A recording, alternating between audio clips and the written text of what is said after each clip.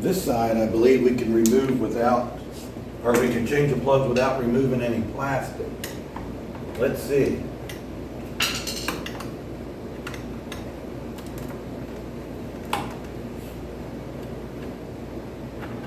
Because these cylinders sit back further than the other side.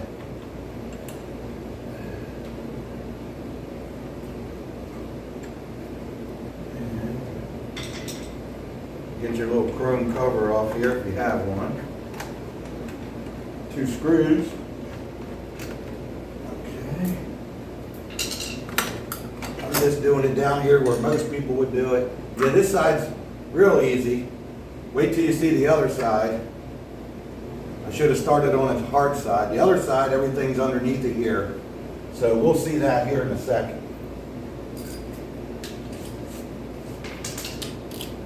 Now I pulled one of these out the other day just to see what they look like, and they were looking good, burning really good. Except this one's tight. Wow. That's okay. Probably been a while, huh? So yeah, they need to be changed out. I like to keep new plugs in everything. But like I said, what they do tell me, at least the one that I pulled out the other day to check on them, it was telling me that the engine was, or the carburetors rather, were adjusted really good. Look at that. See again. It could be a tad, well, I don't know where the camera's at. It could be a tad lean, but if you see the porcelain's nice and tan, that's a really good sign right there. Electrode, yeah, like I say, maybe a little lean, but I'd rather that than something else. I don't know, I would even call it lean, really. I shouldn't even say that. It actually looks like it's burning perfect, really. I mean, if it was lean, it would be white. You can see a little bit of brown on there, on the electrode. Yep, see, that's the one I had out the other day. Same thing. Whoops. Don't know where the camera's at, but yeah, man, burning good. Keep them in order. Okay, so I think what I'll do is, let's go ahead and, okay, never mind. We're right here. Let's just go ahead and finish this side, and then the other side's so much fun. Okay, guys, got the spark plugs. Let's see where the old ones were gapped. Because we're shooting between 31 and 35, so we'll go with 33. And they're about 34, so they probably weren't put in too awful long ago. But they've been in there for a piece. Let's see, where are we at factory-wise? Hey, pretty darn good. Get that one in. I like to lay it down in there and then just get your socket on it.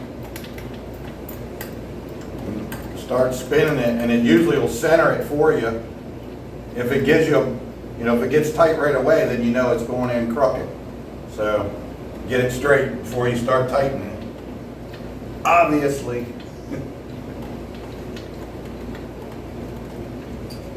Okay.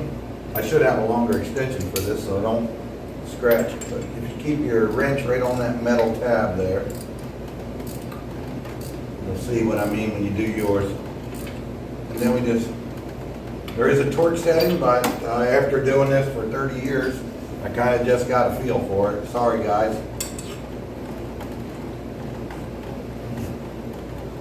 Okay. Got my thing turned the wrong way. There we go. So then it slips right on. It depends which way you go in. It's big difference. If you try to do it the other way, there's not enough room. Once again, always check these, because even though they're in the box with these things, I have bought these with the electrode completely smashed down. I know people that have worked on motors, all types, cars, and Hey, that one was right on 33 also. It's like they almost knew I wanted to go 33. Yeah, I've known people that's worked on car, truck engines, motorcycle, whatever, and they rebuild them, they do all this work, they get it started, and they won't, one cylinder's not running, and they start tearing off the valve covers and doing all this stuff, and I think you know where this story's going. And then, long story short, come to find out, nobody checked the gap on the plugs, and one of them was smashed. I've seen people tear their engines completely apart, checking timing and all this kind of stuff to find a plug like that. So anyway, like you really cared about that. All right, that side's in, and we put our little cover back on, and that's done. So voila, some new plugs on that side.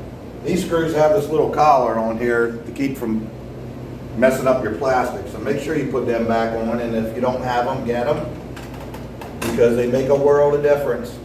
They'll make your life wonderful in the future. If not, it'll crack your plastic all up. And if you can find it, like I can't find the screw I just had, if you can find any of this plastic, you may already know it's very expensive.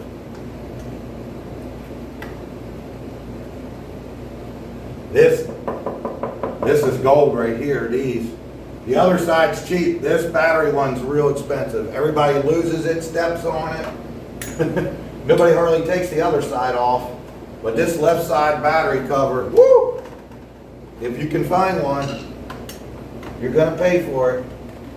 If you ever find it cheap, buy it so you can resell it. You can retire. All right, let's go around the other side. All right, so yeah, we're gonna attempt to do this first without removing plastic. I think I can get to one of them that way, but I don't want to give it away. Let's see, get this little chrome cover off for it. Get this chrome cover off first. Man, I'm having trouble talking today.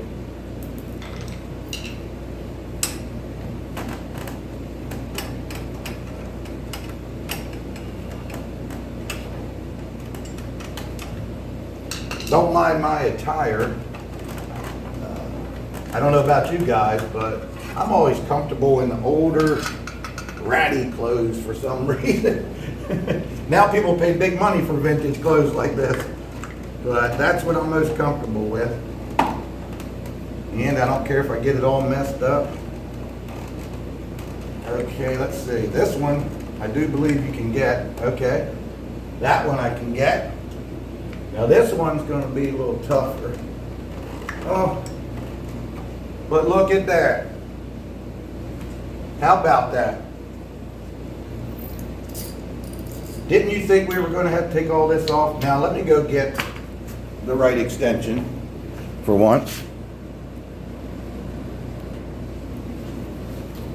Okay, so we didn't have to take the bike all apart yet.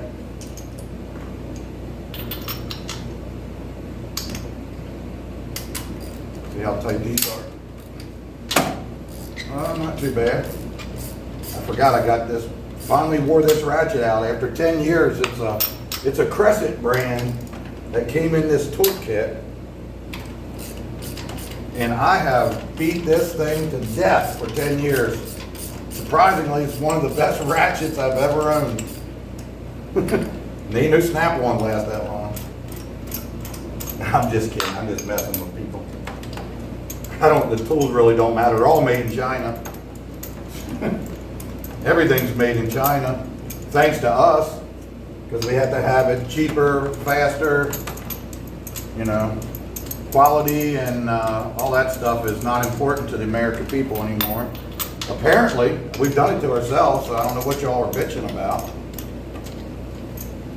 Oh, that thing from China, that's cheap crap. Well, yeah, but you didn't mind spending 30 instead of 300 for it. And then you want to talk bad about it. Oh, nothing crazier than people. Okay, yeah, man. I don't know exactly where the camera's at, but it don't get much better than that right there. That's what you want to see, nice and tan, baby. This bike is running perfect. Let's keep it that way. Same thing. Might be a little reddish, I don't know. It's good to me, baby. Good to me. Let's see where the new plugs are at.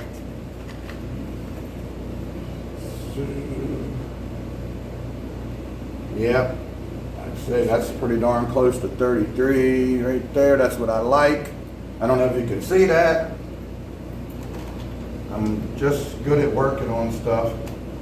I like to put them in there with your wrench on it instead of trying to get your little hand in there. Make sure you get the socket up straight and start spinning it, and it'll center the plug for you. You can feel with your fingers, that's why you do this stuff by hand, if it's got any tension or if it's going in smoothly. That one went in smoothly. Use my broken ratchet again. And then once you feel the washer crushed, then you just give it a little snuggy-duggy, and that's it. It's that simple. If you're not real handy, mechanically inclined, you might want to use the proper torque. Man. Okay, you got all four. We're just right. I love it. Put my spark plug in and my socket in there. Lift up your socket a little bit. Get it straight. You feel a little resistance, go back and forth a little bit so it'll set into the thread. Sometimes go backwards a half a turn, let it set in the thread, and then go forward.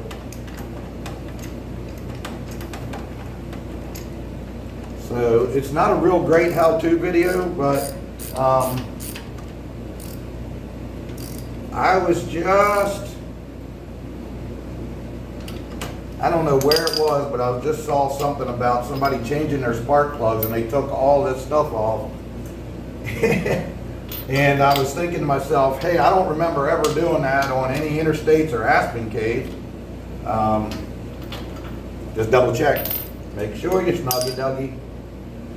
Might be a little easier than trying to do this, but once again, you got to go the right direction. See how I tried to go this way? You kind of got to go with the wire going in this way and get it started. Make sure it's on there, and then it just kind of goes in a little side angle. On this particular bike, I don't believe there's going to be a lot of difference, like in performance or anything. Uh-oh, I pushed my cable too far out of my plug wire. There we go. There's a little clip in here. Trying to keep it all original. Anyway, what was I saying? Oh yeah, there's not going to be much. Let me get this in before I click that. That might be even better. Now this one, go maybe the other way. No, I think I did have it out this way. The one that I thought was going to be easier going back in, for some reason, it's a little bit harder. Maybe I did go. You hear all that plastic creaking? Means I'm not doing that great of a job at it. There it goes. Now that one seemed to want to go in better that way.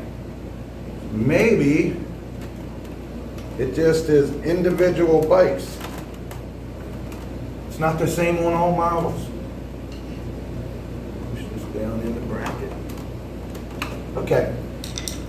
Back to what I was saying before I couldn't get my plug cap back on there.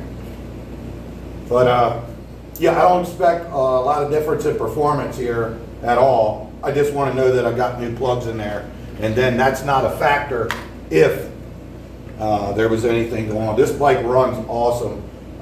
You know, it's not super great. It starts up, it's like every other one. You smell that little puff of oil, you know, from sitting on the kickstand. It has all that stuff happening there. Like a glove.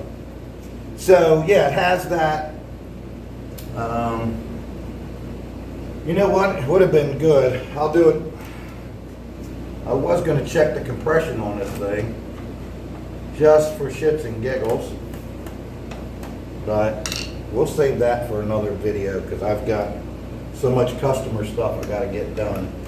that this here, doing this little video eats up so much time when I could have just did this real quick without setting the camera up and, you know, all that kind of stuff. Snug it. Okay, that's it. All right, guys. We got the plugs changed in our free 1986 Honda GL1200 Goldwing.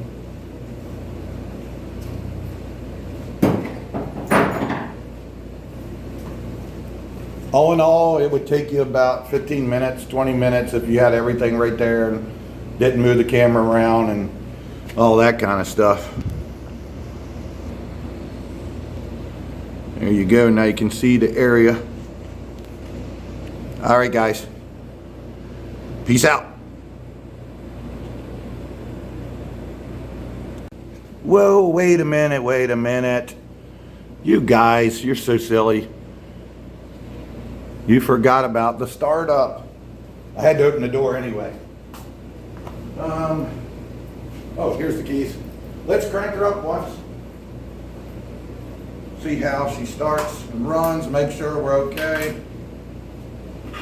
Everything good. Let's try no choke. Hey, that's no choke. Turn the gas back on.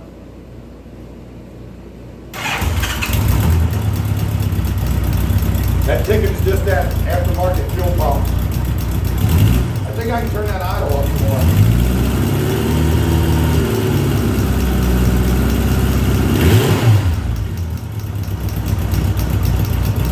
Yeah, I can turn that idle off a little bit. Hear it?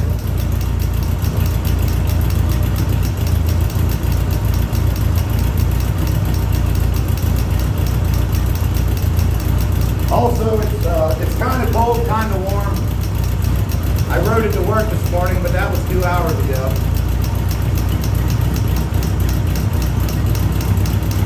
There we go. Little notch. Sometimes them screws vibrate a little bit. That's why they have springs on them. So you got to check them every once in a while. Very responsive bike. Runs really strong. And like I mentioned in that first video, this fuel pump has to be an aftermarket one. It is the loudest thing.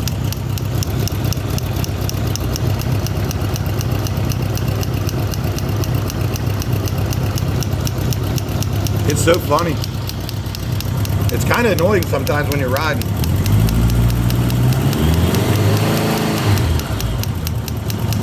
It'll speed up. All right, guys. What do you think about the free Goldwing?